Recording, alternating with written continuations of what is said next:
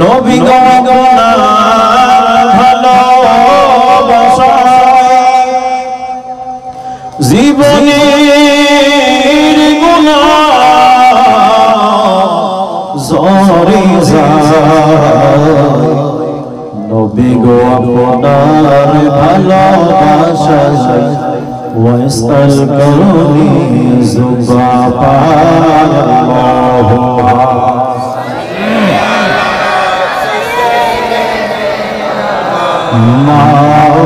مولانا محمد وعلى سيدنا لا إله جل لا إله لا إله لا إله قل لا إله لا إله إلا الله لا إله جل لا إله কোন পথে মদিনার রাস্তা চিনি না কোন পথে মদিনার রাস্তা চিনি না মুর্শিদ জানে ঠিকানা মুর্শিদ জানে ঠিকানা আমরা যাব সোনার মদিনা লা ইলাহা লা ইলাহা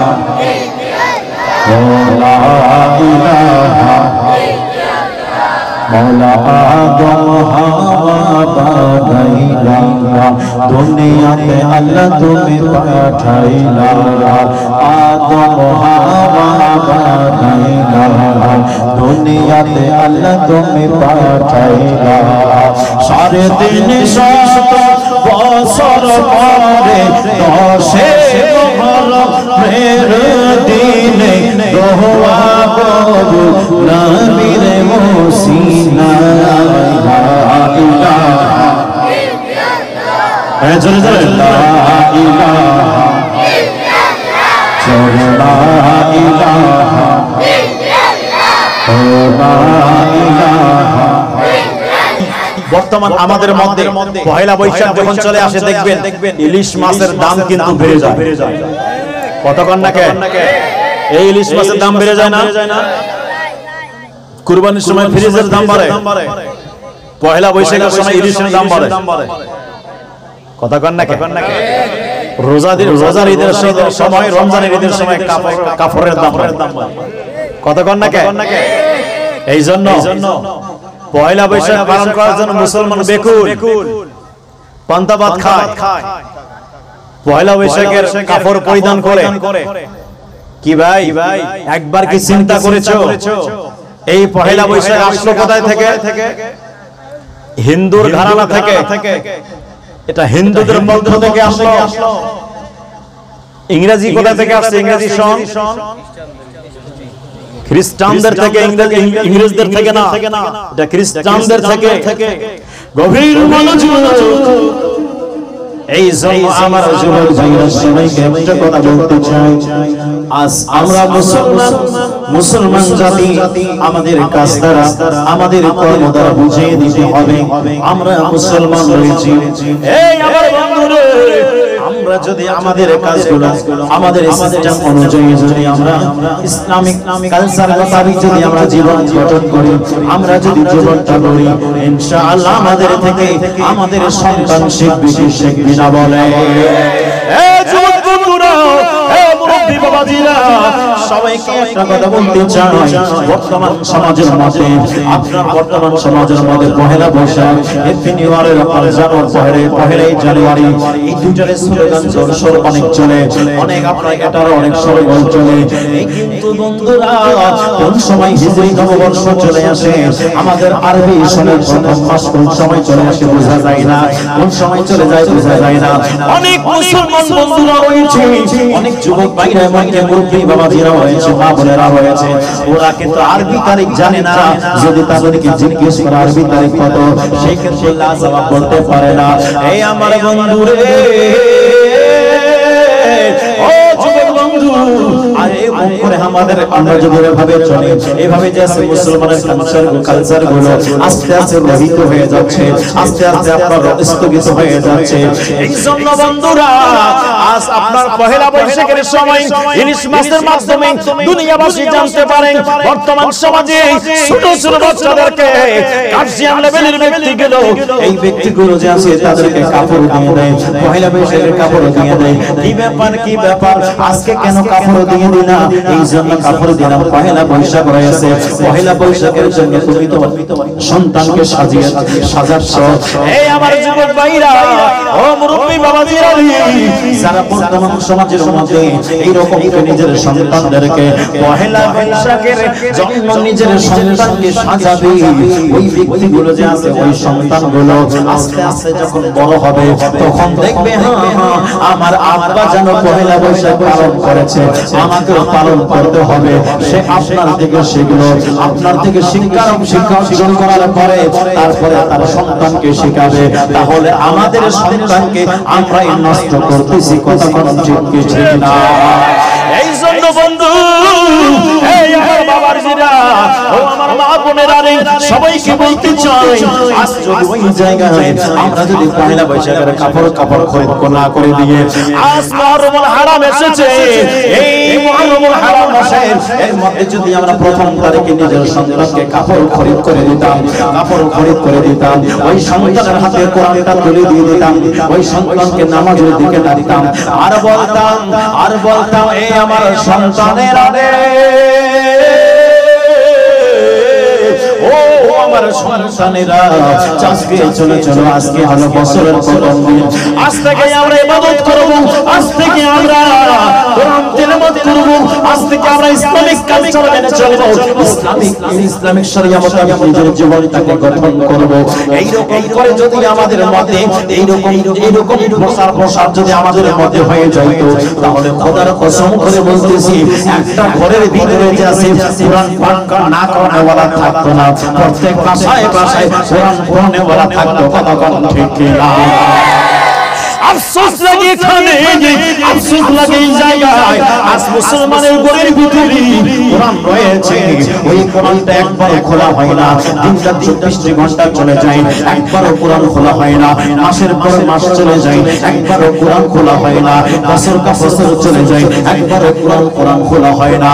এই আমার মা বোনেরা, এই আমার মুরব্বী বাবাজিরা, এই আমার যুবক ভাইরা, আজ আপনাদেরকে অনুরোধ করে বলে দেই, বর্তমান সমাজের মধ্যে মুসলমানের বাসার মাঝে রহমত আসতেছে না, কারণটা কোথায়? কারণ এক জায়গায় রয়েছে সেই যার মাধ্যমে রহমত আসবে, সেই বিষয়গুলোকে, সেই জিনিসগুলোকে আমরা ক্লোজ করে রেখে দিয়েছি, সেই জিনিসটা আমরা বন্ধ করে রেখে দিয়েছি, সেই রাস্তাটাকে আমরা বন্ধ করে রেখে দিয়েছি, যার কারণে রহমত আসতেছে না। একটা বাসার মধ্যে টেলিভিশন ছাড়া নাই, এই কথাটা ঠিক কি না? একটা বাসার মধ্যে টেলিভিশন ছাড়া নাই, সবার বাসায় বাসায় ভাত একবেলা খাবেন, কিন্তু টেলিভিশন না দেখলে হবে না। কতক্ষণ না একবেলা ভাত খাবে না, সমস্যা নাই। আমার বন্ধু ডিসলাইন ওয়ালা যদি চলে আসে, ডিসলাইন ওয়ালা আসার পরে যেসে বলেন বিলটা দিয়ে দেন, এখন দেখতেছি যদি বিল দেই তাহলে আজকে চালাতে পারবো না। এখন ডিসলাইন ওয়ালার মালিক ওই ব্যক্তি বলতেছে যদি আজকে টাকা না দেন তাহলে আজকে আমি কারেন্টটা কেটে দিব। তাহলে ভাই একটা কাজ করো, টাকাটা তুমি নিয়ে যাও, ওই যে বাজারে বের হলো চাল আনার জন্য, ওই যে বাজারে বের হলো আপনার অন্যান্য খরচ, আনুষঙ্গিক খরচ করার জন্য, বিভিন্ন প্রয়োজনীয় জিনিসগুলো আনার জন্য। কিন্তু যখন ডিসলাইনওয়ালা টাকা যখন নেওয়ার জন্য চলে আসে, বিলটা নেওয়ার জন্য চলে আসছে, ওই সময় টাকা দিয়ে খরচ না করে ডিসলাইনওয়ালাকে টাকা দিয়ে দেয়, বলে একটু পরে বাজার করব, কারণ একবার না খেয়ে থাকা যাবে, টিভি যদি অফ হয়ে যায় আমাদের মুড অফ হয়ে যাবে। কেন সিরিয়াল দেখা হবে না? কতক্ষণ না এই আমার বন্ধুরে, এই যুবক ভাইরা, আজ বর্তমান সমাজের মধ্যে এভাবে মুসলমান জাতি নির্যাতিত হচ্ছে। আমার ভাইরা বিধর্মীরা এরকম টেলিভিশনে বসে এত আসক্ত হয়, যত আসক্ত মুসলমানরা হয়েছে। কারণ জানেননি, বিধর্মীরা জানে যদি আজ আমরা মুসলমান জাতিকে বিভিন্ন গান বাজনার মধ্যে বিভিন্ন আপনার গান বাজার মধ্যে যদি আমরা ওদেরকে আসক্ত করে রাখতে পারি, পাগল করে রাখতে পারি, দিওয়ানা করে রাখতে পারি, তাহলে ওদের নামাজ ভালো মতো হবে না, রোজা ভালো মতো হবে না, আর ইসলামিক কালচার গুলো ভালো করে মানতে করতে পারবে না। কারণ এই জন্য ওই ব্যক্তি এই সময় তো এই দিকে সময় দিচ্ছে, যদি নামাজে দাঁড়ায় যায়, দাঁড়ানোর পর দেখতেছে তাড়াতাড়ি নামাজটা পড়তে হবে। ওই ছেলে আপনার সিনেমাটা দেখে আসলাম, একবারে হিটের জায়গায় একবারে শুরু হয়ে গেছে, এই সুযোগে নামাজটা পড়ে আসি, নামাজটা তাড়াতাড়ি একদম ক্লিয়ার করে তাড়াতাড়ি টেলিভিশনে পর্দায় বসে যায় ওই যে হিট অ্যাকশন দেখার জন্য। এই জন্য বন্ধুরি, তাহলে ওই টেলিভিশনের জন্য আমাদের নামাজ ভালো হচ্ছে না, টেলিভিশনের জন্য আমাদের রোজা ভালো হচ্ছে না, ওই টেলিভিশনের জন্য স্বামী যদি বাসা বাইরে থেকে বাসার মধ্যে আসে, আর যদি সিরিয়ালের মধ্যে পড়ে যায়, স্বামীকে বলে কেউ তুমি দাঁড়াও, সিরিয়ালটা শেষ করে নেই, তাহলে এই যে স্বামী স্ত্রীর মহব্বতের মধ্যে একটা দূরত্ব পয়দা হয়ে গেল, একটা মাঝখানে একটা তাসির হয়ে দাঁড়ায় গেল, ওই যে টেলিভিশন দেখতেছে, সিরিয়াল দেখতেছে। এই জন্য বন্ধুরি, এই আমার মুরব্বি বাবাজিরা ও আমার মা বোনেরা, আজকে সবাইকে বলতে চাই, আজ হিজরি নববর্ষ থেকে আপনারা তওবা করেন, আর কখনো গুনাহের কাজ করবেন না, নতুন করে আল্লাহর ইবাদত নিয়ে জীবনটাকে সাজাবেন। কথা কোন ঠিক কি না? যেমনি ভাবে জীবন সাজাইলেন এই আমার বন্ধু, আজ বর্তমান সমাজের মধ্যে এই বর্তমান মুহররমুল হারাম মাসের আলোচনা করতে যদি চাই, তাহলে অনেক দীর্ঘ আলোচনা হয়ে যাবে, অনেক বিশাল আলোচনা হয়ে যাবে। ওই আমার বন্ধু, এই মুহররমুল হারাম মাসের মধ্যে অনেক ঘটনা ঘটেছে, অনেক ঘটনা ঘটেছে। ঈসা আলাইহিস সালামকে তুলে নেওয়া হয়েছে আসমানের মধ্যে জিন্দা অবস্থায় মুহররম মাসের 10 তারিখে। মুসা আলাইহিস সালাম নীল নদ পাড়ি দিয়েছেন মুহররম মাসের 10 তারিখে। ফিরআউন ধ্বংস হয়ে গেছে মুহররম মাসের 10 তারিখে। আদম নবীর দোয়া কবুল করা হয়েছে মুহররম হারাম মাসের 10 তারিখে। ঈসা আলাইহিস সালামকে আসমানে তোলা হয়েছে মুহররম মাসের 10 তারিখে। হযরত নূহ আলাইহিস সালাম কিস্তি থেকে নেমে এসেছে মুহররম মাসের 10 তারিখে। এই জন্য বন্ধুরে, হযরত ইব্রাহিম খলিলুল্লাহ আগুন থেকে বের হয়েছে মুহররম মাসের 10 তারিখে। এই আমার বন্ধু, এই মুহররম মাসের সাথে অনেক অনেক সম্পর্ক রয়েছে, কিন্তু সবথেকে হৃদয় বিদারক ঘটনা, সবথেকে হৃদয়ের মধ্যে ক্ষত বিক্ষত করে দেয় যে ঘটনাটি, ওই অঘটনা অন্য কোনো ঘটনা নয়, ওইটাই হলো কারবালার ময়দান।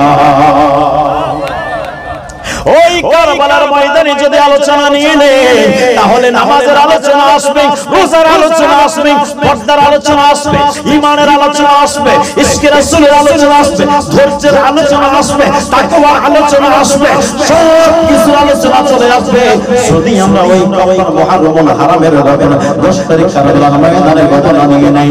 এই আমার বন্ধুরে, আজ বর্তমান মধ্যে আমরা ইসলামটাকে অনেক সহজ মনে করেছি। এই আলোচনা করতে যদি যাই, তাহলে আওলাদের রাসূলের আলোচনা চলে আসবে রে বন্ধু, আওলাদের রাসূলের আলোচনা চলে আসবে। ওই আওলাদের রাসূল, যে আওলাদের রাসূলকে আমরা ভালোবাসি, আল্লাহ পাক কোরআনুল কারীমের মধ্যে বলেন, কুল্লা আসআলুকুম আলাইহি আজরা ইল্লাল মাওয়াদ্দাতা ফিল কুরবা। আরো আসতে বলেন আল্লাহু আকবার। এই আমার বন্ধু, যারা আজকে ঈশা নামাজ পড়েছে, ঈশা নামাজের সময় আহলে বাইতকে স্মরণ করেছেন, আপনাদের কি মনে আছে? হুজুর না বুঝতে পারি না, কেমনে স্মরণ করলাম? নামাজ তো আল্লাহর জন্য পড়লাম, কিরাত তো আল্লাহর কোরআন থেকে পড়লাম, রুকুর মধ্যে আল্লাহর তাসবিহ পড়লাম, সিজদার মধ্যে আল্লাহর তাসবিহ পড়লাম, আল্লাহর তো জিকির করলাম, কোথায় আমি আহলে বাইতের আলোচনা করলাম? আমি বলবো, আমার মুসলিম ভাইরা রে, আমার যুবক ভাইরা, সারা নামাজ পড়েছেন ওই নামাজের ভিতরে আপনি যখন দুরূদ শরীফ পড়েছেন আল্লাহুম্মা সাল্লি আলা মুহাম্মাদ ওয়া আলা আলি মুহাম্মাদ, এই যে আলে মুহাম্মদ বলেছেন এটা আলে মুহাম্মদ দ্বারা অন্য কেউ নয়, এই আলে মুহাম্মদ দ্বারা আমার নবীর বংশ। ঠিক কি বলেন? এটা হলো আহলে বাইত আমার নবীর বংশ, ঈমানের অংশ। এই জন্য বন্ধুরে সবাইকে একটা কথা বলতে চাই, আমার রাসূল পাক সাল্লাল্লাহু তাআলা আলাইহি ওয়াসাল্লামের মাধ্যমে আমার আল্লাহ পাক বলাই দিচ্ছেন কুল লা আসআলুকুম, এই আমার হাবিব নবী গো আপনি বলে দেন আপনার উম্মতগণকে বলে দেন লা আসআলুকুম আলাইহি আজরা, এই আমার উম্মতগণ শোনো তোমাদের কাছে নামাজ নিয়ে আসলাম, তোমাদের কাছে রোজা নিয়ে আসলাম, তোমাদের কাছে যাকাত নিয়ে আসলাম, এই আমার উম্মতরা তোমাদের কাছে হজ নিয়ে আসলাম, ইসলামিক বিধিবিধান নিয়ে আসলাম, এর জন্য কিছুই চাই না, শুধু একটা মাত্র ইল্লা মাওয়াদ্দাতা ফিল কুরবা, তবে একটা জিনিস তোমাদের কাছে চাই, আজরা কোনো আজরা চাই না, কোনো প্রতিদান চাই না, ইল্লা মাওয়াদ্দাতা ফিল কুরবা, একটা জিনিস তোমাদের কাছে চাই, তোমরা আমার আহলে বাইতের ভালোবাসা আমি রাসূল তোমাদের কাছ থেকে চাইতেছি। আহলে বাইতের ভালোবাসা আমার নবী চাইলেন, আহলে বাইতের প্রেম আমার রাসূল পাক আমাদের থেকে চাইলেন। হে আমার বন্ধু, আহলে বাইতের ভালোবাসা কেমন হবে, আহলে বাইতের কেমন মুহাব্বত হবে, এটাই মুহাব্বত আমার রাসূল দেখাই দিচ্ছেন কিভাবে মুহাব্বত করতে হবে। ইমাম হুসাইনের ভালোবাসা রে, ইমাম হুসাইনের মুহাব্বত কেমনে করতে হবে, কিভাবে করতে হবে আমার নবী দেখাই দিচ্ছেন। যেই মাত্র দৌড় দিলেন রে বাবা, ওই সময় যখন চলে আসলেন এসে দেখতেছেন আমার নবী জামাতে আছে, নামাজ পড়তেছেন, আমার মায়ার নবী জামাতে নামাজ পড়াচ্ছেন, আমার রাসূল পাক সিজদার মধ্যে আছে, আমার ইমাম হুসাইন রাদিয়াল্লাহু তাআলা দেখলেন না ভাই ওই সিজদার মধ্যে আছে, আর দেরি করলো না, সাথে সাথে এসে নানা জানের পিঠ মোবারকে বসে গেলেন, চিৎকার করে বলেন না সুবহানাল্লাহ। কোথায় বসছেন? আসতে বলেন কোথায় বসছেন? নানা এবং নাতির সম্পর্ক, মুহাব্বতের সম্পর্ক বন্ধন কেমন, নরমাল না মজবুত? কতক্ষণ না কেন নরমাল না মজবুত? কেমন মজবুত? হুসাইন মিন্নি ওয়া আনা মিনাল হুসাইন, হুসাইন থেকে আমি, আমার থেকে হুসাইন, যে হুসাইনকে ভালোবাসলো সে আমাকে ভালোবাসলো, যে হুসাইনকে কষ্ট দিল সে আমাকে কষ্ট দিল। চিৎকার করে বলেন না সুবহানাল্লাহ। জোরে বলেন ইয়া হুসাইন, আরো জোরে ইয়া হুসাইন। মনে হয় কষ্ট হচ্ছে আপনাদের? এই কষ্ট হচ্ছে? আমার রাসূল পাক বক্স একটু ডিস্টার্ব করতেছে মাগার। রাসূল পাক কোথায়? কথা কয় না। কি বুঝলেন তাহলে? আলোচনা কি বুঝলেন? এই নবী কোথায় আছেন? সিজদায়। ইমাম হুসাইন কোথায়? আহা, আমার নবী ইমামুল আম্বিয়া সাইয়্যিদুল মুরসালিন রাহমাতাল লিল আলামিন, ওই নবীজি সিজদার মধ্যে পড়ে আছেন, আমার রাসূল পাকের সিজদার মধ্যে আমার নবীর মতো সিজদা কারো সিজদা হবে না। কথা কম না কেন? আরো জোরে বলেন আমার নবীর যদি একটি সিজদা মোবারক এক পাল্লায় করে দেওয়া যায়, আর দুনিয়ার সমস্ত মানুষের সিজদাগুলোকে যদি এক পাল্লায় করে দেওয়া হয় রে, সারা জীবনের ইবাদতগুলো যদি এক পাল্লায় করে দেওয়া হয়, আমার নবীজির একটা সিজদা বরাবর হবে না। চিৎকার করে বলেন না ইয়া রাসূলুল্লাহ। আমার মায়ের নবী সিজদায় রাহমাতুল লিল আলামিন, জান্নাতের মালিক আমার নবী সিজদায়, আর নবীজির সিজদার মধ্যে জান্নাতি যুবকদের সরদার জান্নাতি মালিকের পিঠ মোবারকে বসে আছেন। এই অবস্থা কি রকম একটা প্রেমের খেলা হলো। এবার আমার নবী সিজদা উঠায় না, একবার নয়, দুইবার নয়, সুবহান রাব্বিয়াল আ'লা, এটা একবার পড়লো, দুইবার পড়লো, তিনবার পড়লো, সিজদা তুলে না, 20 বার পড়লো, সিজদা তুলে না, 50 বার পড়লো, সিজদা তুলে না, 70 বার পড়লো রেগে, তারপর সিজদা তুলে। সাহাবী রাসূল বলল ইয়া রাসূলুল্লাহ, নবী গো, আল্লাহু আকবার, ইয়া রাসূলুল্লাহ, ও মায়ের নবীজি, কি কারণে আজকে সিজদাটা লম্বা হলো ইয়া রাসূলুল্লাহ? ও আমার মায়ের নবী, ও আমার নূরের নবী গো, সিজদাকে লম্বা হলো কারণটা কি আছে? মনে হয় ওহী নাজিল হয়েছে। আমার নবী ডাক দিয়ে কয়, সাহাবীরা রে, না না না না, আমার উপরে ওহী আসে নাই, তবে শুনে নাও, আমি যখন সিজদার মধ্যে ছিলাম ওই সময় আমার কলিজার টুকরা হুসাইন আমার পিঠ মোবারকে বসে গিয়েছে। ইয়া রাসূলুল্লাহ, নবী গো সিজদাকে করলেন না, তাহলে আমার নবী ডাকে দিয়ে বলে, সাহাবীরা রে, ও আমার সাহাবীরা, যদি আমি ওই সিজদা মোবারক করতাম তাহলে আমার ইমাম হুসাইন পড়ে যাইত, আমার ইমাম হুসাইন পড়ে যাইত, আমার হুসাইন পড়ে যে কষ্ট পাইত, ব্যথা পাইত, ওই ব্যথা আমি রাসূল পাইতাম। এই আমার ঢেলাপীরের আশিকের রাসূল ভাইরা, ও আমার নীলফামারী জেলার আশিকের রাসূল ভাইরা, সৈয়দপুর থানার আশিকের রাসূল মুরব্বি বাবাজিরা, সবাইকে একটা কথা বলতে চাই, আজ এই নবীজি নিজের পিঠ মোবারক থেকে আমার ইমামে পাক যদি নিচের মধ্যে পড়ে যায়, কষ্ট পায় আমার নবী, কষ্ট পায়। ওই হুসাইনকে কারবালার ময়দানে পানি বন্ধ করে দিয়েছে, তার জন্য পানি বন্ধ করে দিয়েছে। ফোরাত নদীর পানি গরু ছাগল সবাই পানি করতে পারে রে, সবার জন্য উন্মুক্ত ছিল, কিন্তু নবীর পরিবারের জন্য বন্ধ ছিল, ইমাম হুসাইনের পাকের জন্য বন্ধ ছিল। এই আমার বন্ধু, ওই হুসাইন বা কোন নানা চলে পিঠ মোবারক থাকে পরে গেলে কষ্ট পাবে, আর ওই হুসাইন কারবালার ময়দানে কিভাবে একবার তীরের নিক্ষেপ করে, কিভাবে তরবারের আঘাতে, বর্ষার আঘাতে ওনাকে ক্ষত বিক্ষত করে, ঘোড়া থেকে আমার ইমামে পাক পড়ে গেলেন। এমন সময় একজন ব্যক্তি শিমুল চলে আসলো, আসার পরে আমার ইমামে পাকের সিনাটার উপরে বসে গেল। আমার ইমামে পাক ডাকে দিয়া বলে, শিমার, হে শিমার রে, উঠো উঠো, আমার সিনার মাঝে তুমি বসো না, কারণ এই সিনাটা সাধারণ কোন সিনা নয়, এই সিনাটা বারবার আমার নানা জানের সিনার সাথে লেগেছে।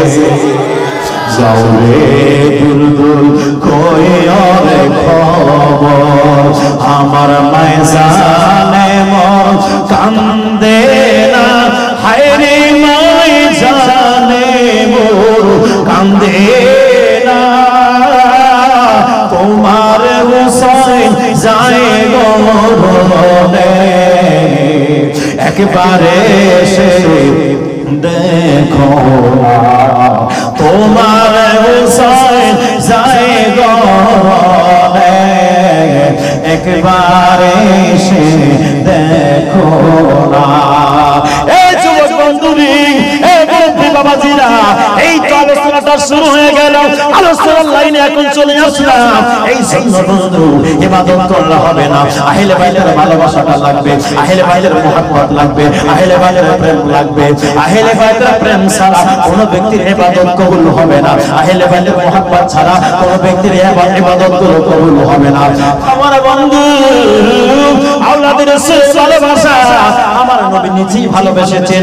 একদিন বন্ধুর আমার রাসূল সাল্লাল্লাহু তাআলা আলাইহি ওয়াসাল্লাম একটা চাদর উপর অবস্থায় রয়েছেন, চাদর উপর অবস্থায় রয়েছেন, চাদর দিয়ে ভালো করে ঢেকে দিয়েছেন।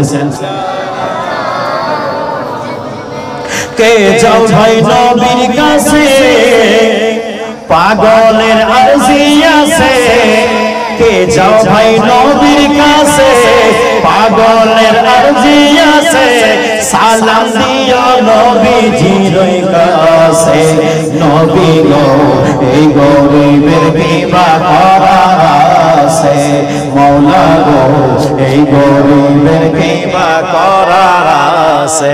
বলেন না, কে যাও ভাই নবীর কাছে, পাগলের আরজি আছে, কে যাও ভাই নবীর কাছে, পাগলের আরজি আছে, সালাম দিও নবীজির কাছে, নবী গো এই গরিবের কিবা করার আছে মাওলা গো এই গরিবের কিবা করার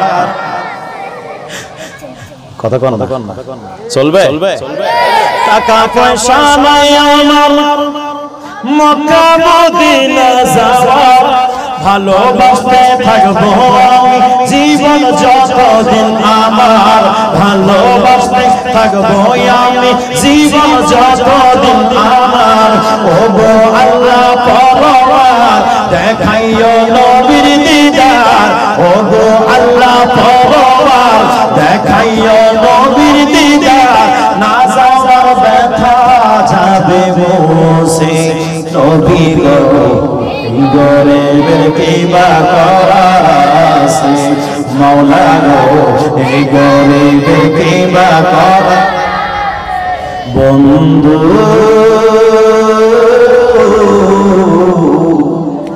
ভুলে যেও না কখনো না এগুলা চলবে নাকি যেখানে থাকো যেভাবে থাকো যেখানে থাকো যেভাবে থাকো মনে রেখো আমিও ছিলাম তখনো বন্ধু ভুলে যেও না কখনো এ ভুলবেন নাকি আমাকে এ ভুলবেন চলবে কবির মনোযোগ এই আমার যুবক ভাইরানি ও মুরব্বি বাবাজিরা সময়কে একটা কথা বলতে চাই এত গরমের মধ্যে ইশকের রাসূলের আলোচনা শুনতেছেন আওলাদের রাসূলের ভালোবাসার কথা শুনতেছেন এই আমার বন্ধু শুনেন আমার রাসূল পাক একদিন কি বলতেছিলাম ভালো করে শুনেন আমার নবীজি একদিন চাদর পরা অবস্থায় বসে আছেন একজন ব্যক্তি আসলো এসে বলল ইয়া রাসূলুল্লাহ গরিব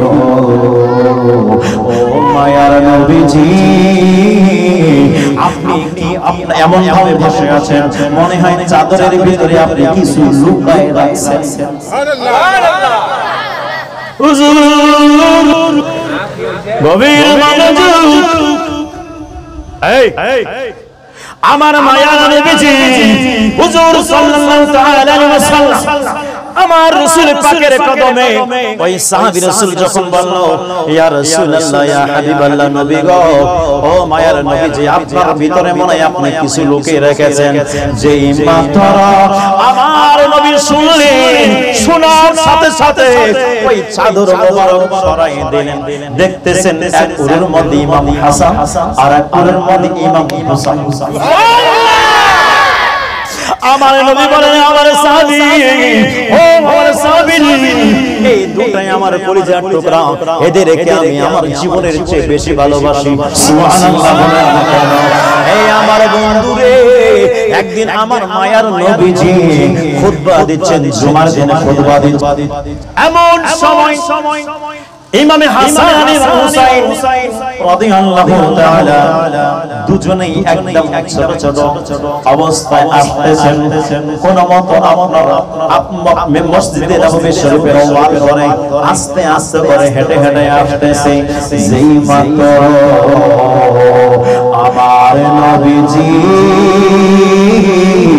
চোখ মোবারক ওই ইমাম হাসান এবং হুসাইন রাদিয়াল্লাহু তাআলা আনহুমার উপরে পড়লো যেই মাত্র পড়লো ওই সময় আমার ইমাম পাক মিম্বরের মধ্যে খুতবা বন্ধ করে দিলেন বন্ধ করে দিয়ে আমার ইমাম পাক ইমাম হুসাইন রাদিয়াল্লাহু তাআলা এনাদের কাছে আসার পরে দুজনকে বলে দিল নামার পরে চলে গেল কোথায় নামার পরে মিম্বরের মধ্যে চলে গেল সামনে বসাই দিল সামনে বসিয়ে দিয়ে আবার খুতবা শুরু করলো না হলে রে বন্ধু রে জুমার খুতবাটা হলো ফরজ ওই ফরজ ওই জুমার খুতবাটা 2 রাকাত নামাজের সমান সওয়াব জুমার খুতবাটা হলো ফরজ শোনাটাও ফরজ তাহলে এই ফরজ ইবাদতের মধ্যে ইমামে হাসানের স্মরণ, ইমামে হুসাইনের স্মরণ, আমার রাসূল পাকের নামাজের মধ্যে ইমাম হাসানের স্মরণ, নবী নামাজের মধ্যে উম্মতের স্মরণ। বর্তমান সমাজের মধ্যে সেই সমস্ত ব্যক্তিগুলো বলে দেয়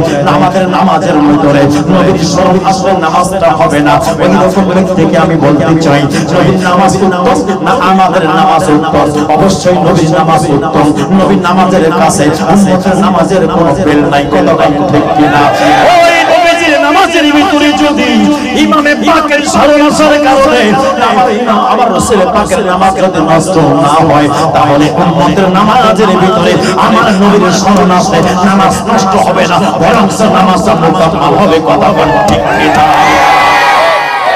উম্মতের নামাজের মধ্যে নবীর স্মরণ আসলে নামাজটা কি হলো? আরো মজবুত শক্তিশালী হয়ে গেল।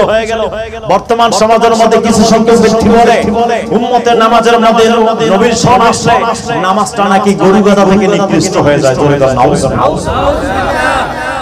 নবীর মনোযোগ, আল্লাহ তাদেরকে হেদায়েত দান করুক।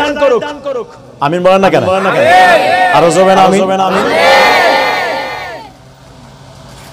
আমার বন্ধুরা রে, এই আমার যুবক ভাইরা অনেক এদিক সেদিক গেলাম আল্লাহর রাসূলের ভালোবাসা বোঝাইতে গিয়ে এখন চলে আসেন আবার কারবালার মাঠের মধ্যে। ওই কারবালার মধ্যে মাঠে ইবনে আমার ইমামে পাক আসে নাই, ইমামে পাককে দাওয়াত করা হয়েছে। যিনি দাওয়াত করেছে তাদের নাম হলো কুফাবাসীরা। ওই কুফাবাসীরা দাওয়াত করেছে। অনেক ঘটনা রয়েছে, অনেক ঘটনা রয়েছে। এতগুলো ঘটনা যদি আজকে সারা রাত বক্তব্য দেওয়া যায় শেষ হবে না। এই মাসটা যদি সারা রাত যদি বক্তব্য দেওয়া হয় তারপর শেষ হবে না। মাঝখান থেকে আমি আপনাদেরকে বুঝাই, শিখানোর উদ্দেশ্যে বলি, এই আমার বন্ধুরে ইমাম মুসলিম বিন আকিল রাদিয়াল্লাহু তাআলা আনহু ইনি আসলেন কুফাবাসীর অবস্থা দেখার জন্য, কুফাবাসীর পরিস্থিতি দেখার জন্য আসলেন। যখন তিনি চলে আসলো, উনি এককভাবে আসে নাই, ওনার সঙ্গে দুজন সন্তান এসেছে, ইব্রাহিম এবং মুহাম্মদ, দুজন ছেলে এসেছে। এসে যখন আসলো, আসার পরে ওই কুফাবাসীরা সবাই ইমাম মুসলিম বিন আকিলকে দেখে বলল, ইমাম হুসাইনের প্রতিনিধি এসেছে, ইমাম হুসাইনের মায়ের এসেছে। এই কথা বলতেছে সবাই, আসার পরে খিদমত করতেছে, সময় দিচ্ছে, সবকিছু দিচ্ছে। এই আমার বন্ধু একদিন নয়, দুই দিন নয়, এভাবে কয়েকদিনের মধ্যে প্রায় 40,000 কুফাবাসী ইমাম মুসলিম বিন আকিলের হাতে মুরিদ হয়ে গেছে। 40,000 মুসলিম বিন আকিল রাদিয়াল্লাহু তাআলা হাতে কুফাবাসীরা মুরিদ হয়ে গেল। এটা দেখার পরে এবার চিঠি লিখলো, হে ইমামে পাক আপনি আসেন, অনুরোধ করে বলতেছি আপনি আসেন। ওইরকম আপনাকে পেলে মনে হয় এরা মাথার মধ্যে রাখবে, আমাকে পেতে রাখছে, অস্থির হয়ে গিয়েছে আমাকে আমার খিদমত করার জন্য, আমাকে এক লোকমা খাওয়ানোর জন্য, আমাকে একটু তার বাসায় রাত কাটানোর জন্য সবাই আমার জন্য দরজা খুলে দিয়েছে, সবাই আমার কাছে সময় দিচ্ছে, আপনি চলে আসেন। চিঠি লিখলেন, চিঠি পাঠিয়ে দিল। এদিকে কুফাবাসীর অবস্থা পরিবেশটা চেঞ্জ হয়ে গেল। কেমন চেঞ্জ হয়ে গেল জানেন? যেই জায়গায় ইমাম মুসলিম বিন আকিল রাদিয়াল্লাহু তাআলা এনার মুরিদ ছিল প্রায় 40,000, এক মুহূর্তের মধ্যে দেখা গেল একটা মুসল্লিও নাই, বাকি দুইজন সন্তান সব নামাজের সালাম ফিরানোর আগে সব চলে গেছে। এই অবস্থায় এই দেখে ইমামে পাকের কদমে আমার রাসূল পাক সাল্লাল্লাহু তাআলা আলাইহি ওয়াসাল্লামের নওয়াসা ইমাম হুসাইন রাদিয়াল্লাহু তাআলা আনহুর কাছে আপনার চিঠি মোবারক পাঠাইয়া দিল। এমন সময় কুফাবাসীর অবস্থাটা চেঞ্জ হয়ে গেল। ইবনে জিয়াদ চলে আসলো। ইবনে জিয়াদ কিভাবে আসলো অনেক লম্বা ঘটনা, ওই দিকে সাহাবা হারিস কি হযরত ইমাম মুসলিম বিন আকিল রাদিয়াল্লাহু তাআলাকে শাহাদাত ও শহীদ করে দিল। যখন ইমাম মুসলিম বিন আকিল রাদিয়াল্লাহু তাআলা শাহাদাত বরণ করলো, শাহাদাত বরণ করার পর আমার রাসূল সাল্লাল্লাহু তাআলা আলাইহি ওয়াসাল্লামের কাছে যখন ইমাম মুসলিম বিন আকিল গেলেন, যাওয়ার পরে আমার নবী ডাক দেয়, ইমাম মুসলিম, ও ইমাম মুসলিম, তুমি যে একাই একাই আসলা কোথায় গেল তোমার ওই দুই সন্তান ইব্রাহিম এবং মুহাম্মদ ইয়া রাসূলুল্লাহ ইয়া হাবিবাল্লাহ অতি শীঘ্রই তারাও চলে আসবে এই কথা বলার পরে আমার রাসূল পাক সাল্লাল্লাহু তাআলা আলাইহি সাল্লামের আমার রাসূল পাক আওলাদ রাসূল মুসলিম বিন আখিরের দুই সন্তান আপনারা ইব্রাহিম এবং মুহাম্মদ এই দুই সন্তান একজন ব্যক্তি বলল যাও যাও যাও আজকে আপনার কুফা থেকে একটা কাফলা মদিনার দিকে যাবে ওই কাফলার মধ্যে আমার এই দুই সন্তানকে পাঠাই দিয়ে একজন জিম্মেদারি করে দিয়েছেন এই জিম্মেদারি করে দেওয়ার পরে ওই কাজী সাহেব কি করলো ওই দুই সন্তানকে কাফলার মধ্যে পাঠানোর জন্য কাজী সাহেব তার বড় ছেলের মাধ্যমে পাঠাই দিল এই আমার বন্ধু এই আমার বাবা যারা এই আমার যুবক ভাইরা মা বোনেরা ভালো করে শুনেন একটা অবস্থা ভাগ করলে কোনি কেউ না খণ্ডিতে আজকে কি হয়ে যাচ্ছে কারবালার আপনার কুফার মধ্যবাসীর মধ্যে এই আমার বন্ধু রে যেই মাত্র কাফলার মধ্যে আসলো রে বাবা ওই সময় সে দেখতেছে কাফলা চলে গেছে একটু কিছু গেছে একটু আলো কাফলার আলো অন্ধকার একটু একটু করে দেখা যায় ওই সময় ওই কাজী সাহেবের ছেলে মুসলিম বিন আকিলের দুই পুত্রকে বলল এই ইব্রাহিম এবং মুহাম্মদ আপনারা যান এই যে আলো দেখা যাচ্ছে আলোটাকে ফলো করে আপনারা যান আপনি তাড়াতাড়ি একটু হেঁটে গিয়ে আপনারা ধরতে পারবেন কাফলার সঙ্গে অ্যাডজাস্ট হতে পারবেন এই মাত্র এই আমার বন্ধু এই যুবক ভাইরা এই দুই সন্তান যেই সন্তান কোন দিনের জন্য কুফার ওই দেশের মধ্যে আসে নাই কুফা দেশের মধ্যে কখনো আসে নাই অসিনা স্থান অসিনা রাস্তা অসিনা পথ রয়েছে বড় নয় ছোট ছোট দুজন বালক একদম আওলাদের রাসূল পুত্ররা চাঁদের মতো চেহারা এই দুই সন্তান দুই ভাই মিলে দৌড়ায় দৌড়াতে থাকে কাফলার কাছে পৌঁছানোর জন্য কাফলার কাছে অ্যাডজাস্ট নিজেকে করার জন্য অনেক চেষ্টা করলো রে কিছুক্ষণের মধ্যে দেখা যায় আর আলো দেখা যায় না আলো আর দেখা যায় না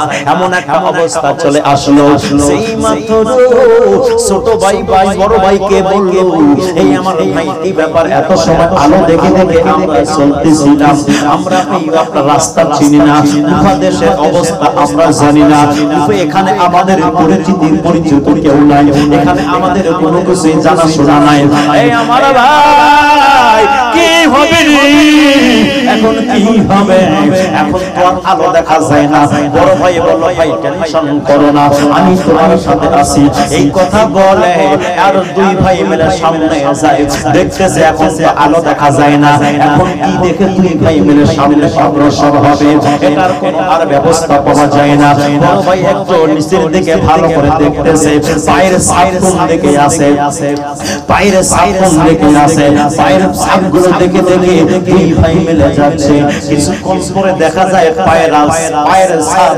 খুঁজে পাওয়া যায় না এই আমার বন্ধু এই আমার বাবা সিনারে একটু চিন্তা করেন আজকে আমরা কিভাবে ইসলাম পাইলাম আজকে আমরা কত সুন্দর ইসলাম পাইলাম এই ইসলামের জন্য আপনার আমার সন্তান শহীদ হয়ে যায় না এই ইসলামের জন্য আপনার আমার আত্মা শহীদ হয়ে যায় না এই ইসলামের জন্য আমাদের আত্মীয় স্বজন কেউ শহীদ হয়ে যায় না মায়ের কোল থেকে বের হইলাম শুনে আজানের ধ্বনি শুনলাম এই বাইরা রে মায়ের শিকাম থেকে বের হওয়া মাত্রই আজানের ধ্বনি শুনলাম ইকামতের ধ্বনি শুনলাম মায়ের শিকাম থেকে বের হওয়ার পরে জামাতের কেরাতের ধ্বনি শুনলাম বাবাই নামাজ পড়ে তাকবীর দিচ্ছে তাহলে ইসলামটা আমরা মায়ের শিকাম থেকে পাই না এই জন্য আমরা ইসলামের প্রাপ্য মর্যাদা বুঝি না কিন্তু ইসলাম তার জন্য আমার ছেলে যদি তাজা রক্ত দিত আমার আব্বা যদি তাজা রক্ত দিত তাহলে ইসলামের মর্যাদা আমি বুঝতাম এ বন্ধুরা রে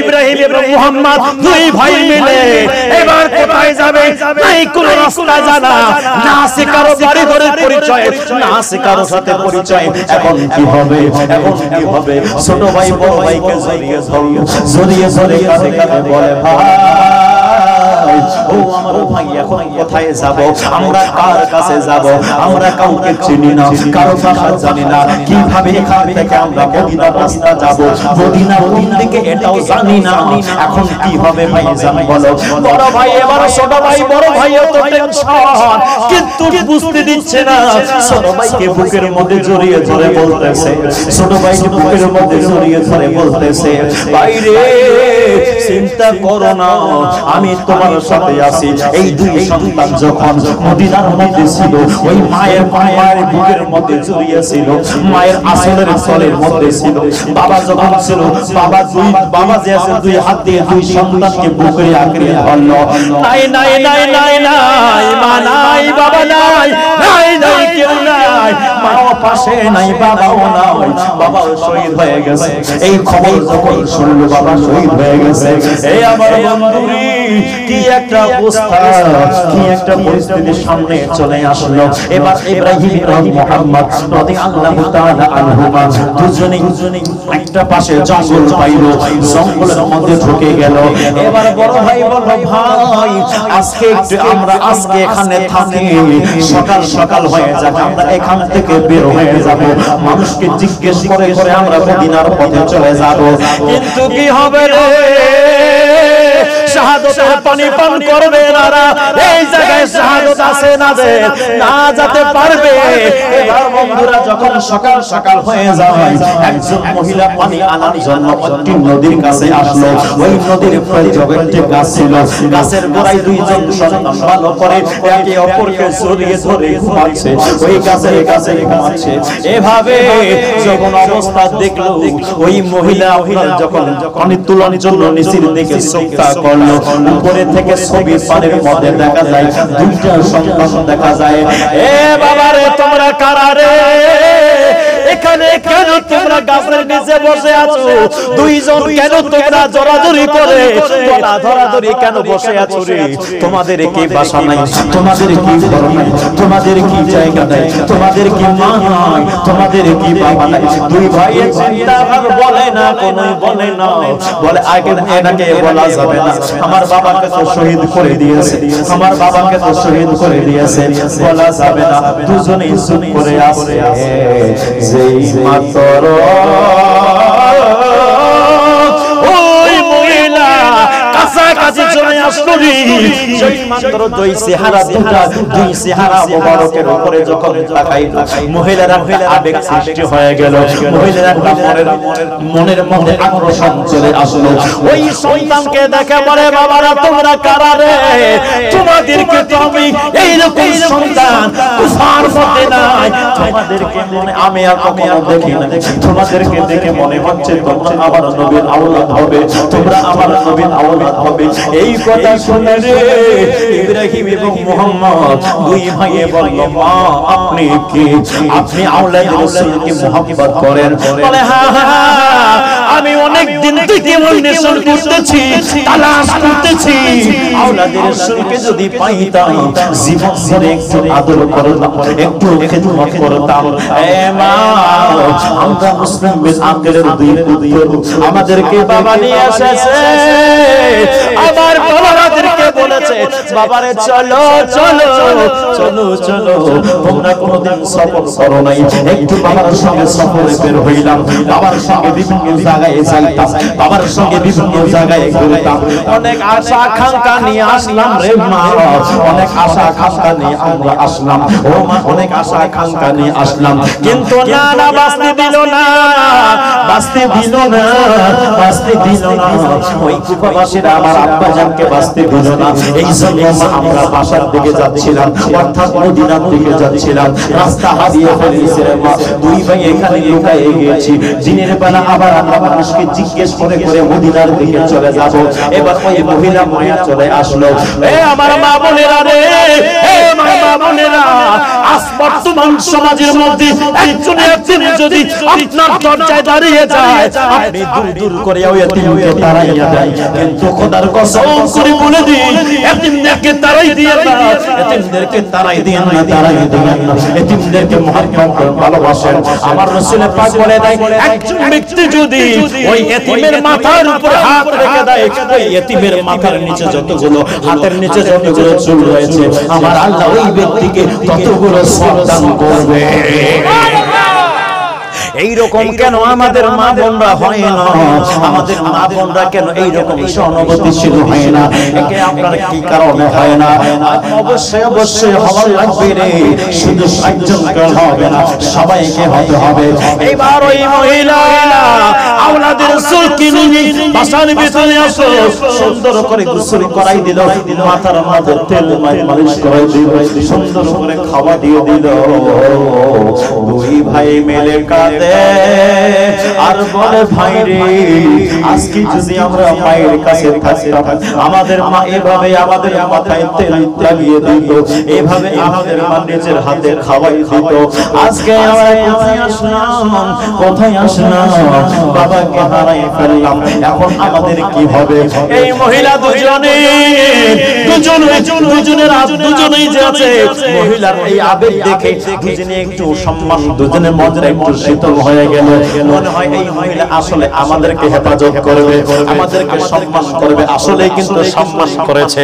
ও আমার বন্ধু রে, এই আমার বন্ধু, অবস্থা দেখেন কোথায় ভাগ্য কোথায় নিয়ে যায়। যেই মহিলা আওলাদের রাসূলের জন্য জীবনটাও দিতে প্রস্তুত রয়েছে, ওই মহিলার স্বামী ওই দুই সন্তানকে কতল করার জন্য সারাদিন পাগলের মতো দিশেহারা হয়ে খুঁজতেছে। আল্লাহু আকবার! কি অবস্থা ছিল ওই সময়, কি অবস্থা ছিল রে? তার নাম হারেস ছিল। ওই হারেস এবার যে আছে খুঁজতেছে, পাগল বেশে খুঁজতেছে, সারাদিন বাসার মধ্যে আর আসে নাই। বাসার মধ্যে না আসার কারণে এবার যখন বাসার মধ্যে আসলো, এসে দেখে বিবি রে, তাড়াতাড়ি খানা দিয়ে দাও। বিবি এবার জিগায়, কি ব্যাপার, কি ব্যাপার, ভালো করে দাও।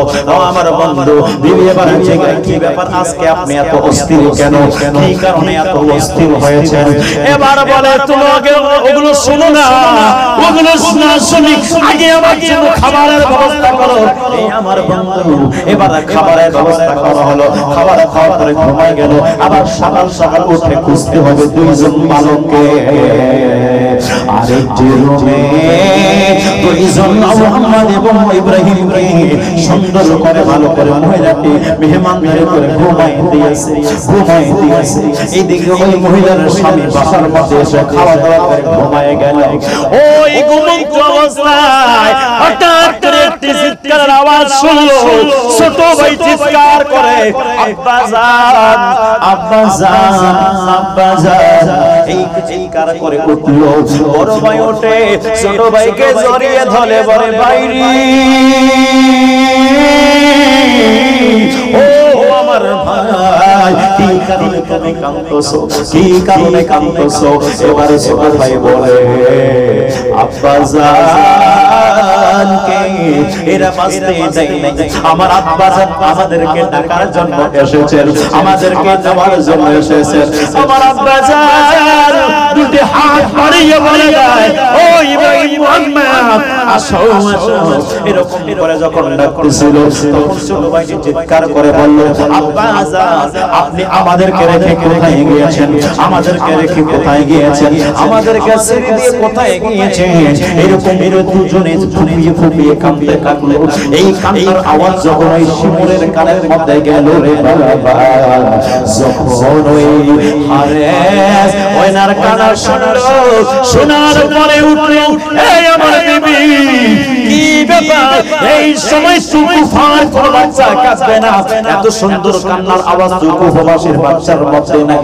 এই কান্নার আওয়াজটা কোথায় থেকে আসলো? নিশ্চয়ই আমার ঘর থেকে এসেছে, অনেক নিকট থেকে শোনা গেছে। এইরকম যখন বলল, আবার তার বিবি অনেক চেষ্টা করলো কথাটাকে অন্য ব্যক্তি ঘুরে দেওয়ার জন্য, কিন্তু পাইল না। উনি বলল, ঠিক আছে, আপনি ঘুমিয়ে পড়েন, হতে পারে পাশের বাসায় বাচ্চা কান্নাকাটি করেছে।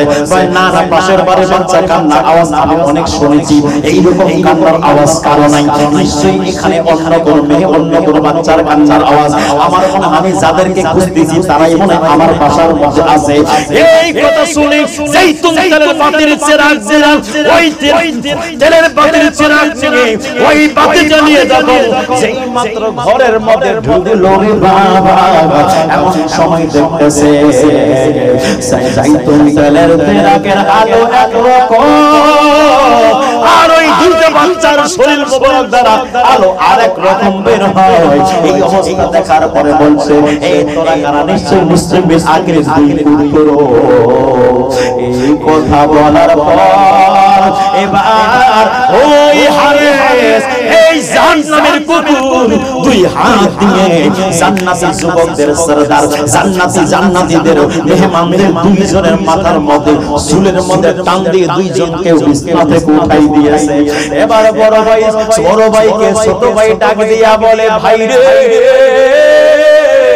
এই আমার ভাই জীবনে এতদিন পর্যন্ত আমার মায়ের কাছে বড় হই না, মা কোনদিন আমাদের চুল ধরে টান দেয় না, বাবার কাছে বড় হই না, বাবা কোনদিন চুল ধরে টান দেয় না। ও আমার ভাই, আজকে আমরা কারোর সামনে পড়ে গেলাম, সে আমাদের চুল ধরে টান দেয়, আমরা কষ্ট পাচ্ছি, তারপরে সেটার দিকে তাকায় না। এই সময় ওই মহিলাটি বের হয়ে আসার পরে ওই মহিলা তার স্বামীর পায়ের মধ্যে জড়িয়ে ধরে বলে, স্বামী গো, ও স্বামী, ছেড়ে দেন, ছেড়ে দেন, ছেড়ে দেন, এদেরকে ছেড়ে দেন, এদের জন্য আপনি আমাকে মেরে ফেলেন, সমস্যা নাই, কিন্তু এদেরকে মাইরেন না, এদেরকে আমি অনেক আদর করে এনেছি, স্বামী গো, এদেরকে কষ্ট দিয়েন না, কষ্ট দিয়েন না। কোন কিছুতে ওই শিমরের কান্না, শিমরের ওই কান্না শুনলো না, অন্তরটাকে বিউটলো না। অবশেষে দুইজনকে বের করলো, চুল ধরে টেনে টেনে বের করলো, আবার নিয়ে গেল ওই ফোরাত নদীর পাশে নিয়ে গেল। নিয়ে যাওয়ার পর এবার ওই হারে চিন্তা করে, এইরকম করে যদি আমি নিয়ে যাই, তাহলে আবার আমার হাত থেকে যদি কেউ ছিনিয়ে নিয়ে যায়, তাহলে ওই পুরস্কার আমি পারবো না, ওই পুরস্কার আমি পাবো না, ওরা তারাই পেয়ে যাবে। ওই পুরস্কারের লোভে এবার চিন্তা করলো, না না, এদেরকে জিতা নেওয়া যাবে না, জিন্দা নিয়ে যাওয়া যাবে না, এদেরকে মেরে দুটি কাল্লা নিয়ে আমি উপহার দিয়ে দেব।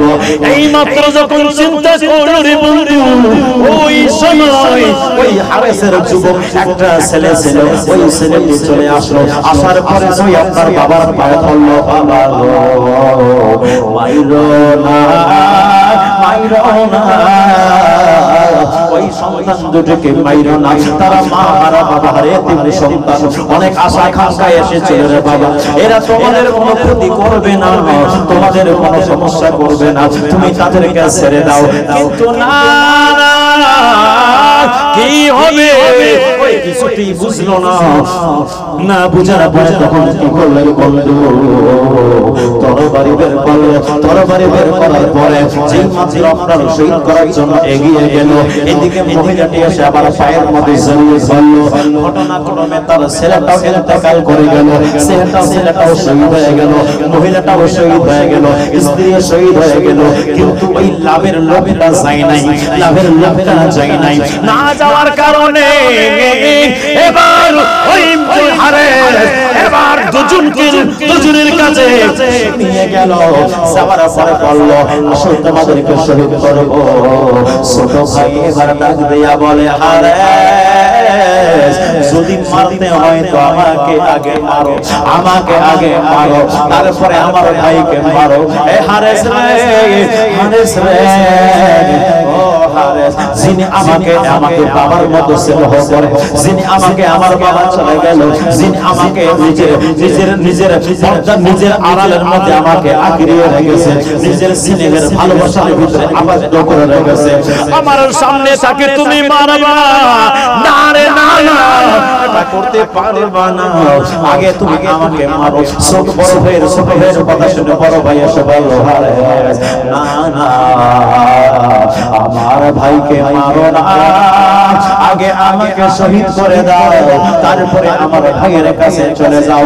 এভাবে করতে করতে ওই মামা হারেসের দুই হারেস অবশেষে কি করলো দুজনের কন্যা নামাই দিল দুজনকে শহীদ করে দিল লিল্লাহি ওয়া ইন্না ইলাইহি রাজিউন এই আমার বন্ধুরে আসলে কি হয় একবার চিন্তা করে দেখেন যখন আপনার দুজনের মাথা মোবারক নিয়ে যখন যাচ্ছে এইদিকে হযরতে মুসলিম বিন আকিল রাদিয়াল্লাহু তাআলা আমার নবীর কদমে জিগাই ইয়া রাসূলুল্লাহ নবী গো ও মায়ের নবীজি আমার আপনি যেই সন্তানের কথা জিগাইলেন তোমার সন্তানকে তুমি কোথায় রেখে এসেছো ইয়া রাসূলুল্লাহ নবী গো ও মায়ের নবীজি এই যে আমার দুই পুত্র চলে এসেছে এদেরকে আপনি হাউজে কাউসার পান করাই দিয়ে দেন এদেরকে আপনি পানি পান করাই দিয়ে দেন এই আমার বন্ধু এই আমার যুবক ভাইরা ইসলামটা এভাবে আমাদের কাছে এসেছে আজ যদি আপনার ছেলের রক্ত দিয়ে রক্ত যদি কোনো কাজ করতে গিয়ে আপনার ছেলে যদি আপনার ইন্তেকাল করে যাইতো রক্ততে বন্যা হয়ে যাইতো তাহলে ওই কাজটার প্রতি আপনি সারা জীবন একটা শ্রদ্ধাশীল থাকতেন কেন আপনার সন্তান ইন্তেকাল করেছে ওই কাজের জন্য দিয়েছে এই আমার বন্ধুরি এই আশুরার সময় এই মুহররম মাসে এই মাসের মধ্যে যা আসমান থেকে রক্তের বৃষ্টি হয়েছিল জমিন থেকে রক্ত বের হয়েছিল গাছ থেকে রক্তের বৃষ্টি হয়েছিল গাছও কাঁদে আসমানও কাঁদে মেঘও কাঁদে জমিনও কাঁদে সবকিছু কাঁদতেছে আপনি কেন হাসতেছেন আপনি কেন হাসতেছেন কি কারণে আপনি হাসতেছেন নিশ্চয়ই ইসলামের ভাবমূর্তি আপনি বুঝতে পারেন নাই ইসলামকে আপনি পরিপূর্ণভাবে বুঝতে পারেন নাই যার কারণে আপনার জন্য এই সমস্যাটা হচ্ছে এই জন্য বন্ধু আমাদের সবাইকে ইসলাম বুঝতে হবে আমাদের সবাইকে এটা বুঝতে হবে আমাদেরকে সবাইকে জানতে হবে এই আমার বন্ধু এই আমার মা বোনেরা আপনাদের উদ্দেশ্যে একটা কথা বলতে চাই আপনারা একটু একটা কথা বলে শেষের দিকে চলে যায় ওই কারবালার ময়দানের মধ্যে সন্তান চলে গেল কোন সন্তান চলে গেল রে হযরত আলিয়াস রাদিয়াল্লাহু তাআলা আন 6 মাসের বাচ্চা ছিল ওই আলিয়াস রাদিয়াল্লাহু তাআলা আন 6 মাসের সন্তান পর্যন্ত ওই শিমুররা ছাড়ে নাই ইয়াজিদরা ছেড়ে দেয় নাই আজ আমরা বুঝতে পারি না এই আমার মা বোনেরা সবাইকে একটা কথা ভালো করে শুনেন আজ থেকে নিয়ত করেন নতুন বছরের নতুন দিনের নতুন তারিখে আজ থেকে ইরাদা করেন নিয়ত করেন আগামীতে আর কখনো বিপর্যয়ে চলাফেরা করবেন না কথা কন না কে এই কথা কন না কে কষ্ট হচ্ছে আপনাদের রূপ কিন্তু চেঞ্জ হয়ে গেছে মাশাআল্লাহ আপনাদের সবার মনে হয় মন কাঁদতেছে হৃদয় কাঁদতেছে কথা কন না কে হৃদয় কাঁদতেছে আওলাদের রাসূলের মুহাব্বতে যদি এক ফোঁটা পানি ফেলতে পারেন আওলাদের রাসূলের মুহাব্বতে যদি এক ফোঁটা চোখের পানি ফেলতে পারেন রোজ কিয়ামতের ময়দানে এই চোখের ফোঁটা পানি আপনাকে হাউজে কাউসারে নিয়ে যাবে মিজানে বাঁচাবে পুলসিরাতে পারি করার সাহায্য করবে এবং আমার নবীজির শাফাত দিলাই দিবে ঠিক কিনা